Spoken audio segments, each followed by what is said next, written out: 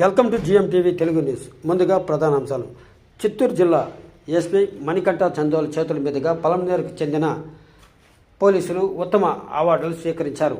అందులో పలమనేరుకు సంబంధించి ఏఎస్ఐ మనోహర్, శ్రీనివాసులు, చిన్ని, కానిస్టేబుల్ ప్రకాష్, ముజ్జు అందుకున్నట్లు ఆయన వివరించారు.